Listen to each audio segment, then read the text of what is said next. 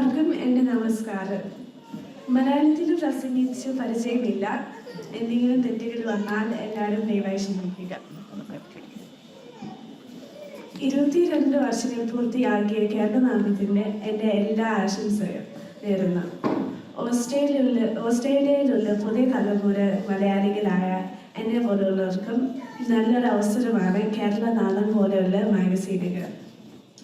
ഞങ്ങൾക്ക് മലയാളം അറിയുവാനും വായിക്കുവാനും എഴുതുവാനും ഒരു പ്രചോദനമാണ് കേരളനാദം. 2002 ആരംഭിച്ച കേരളനാദത്തിൻ്റെ 21ാം പതിപ്പാണ് ഇന്ന് പ്രകാശനം ചെയ്യപ്പെടുന്നത്.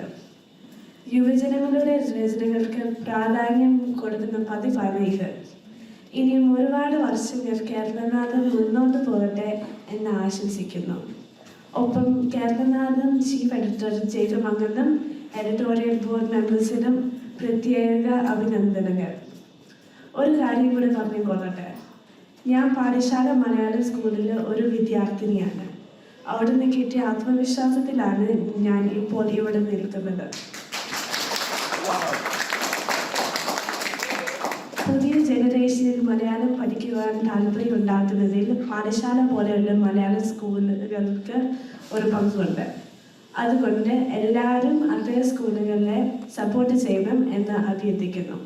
എല്ലാവർക്കും നന്ദി, നമസ്കാരം.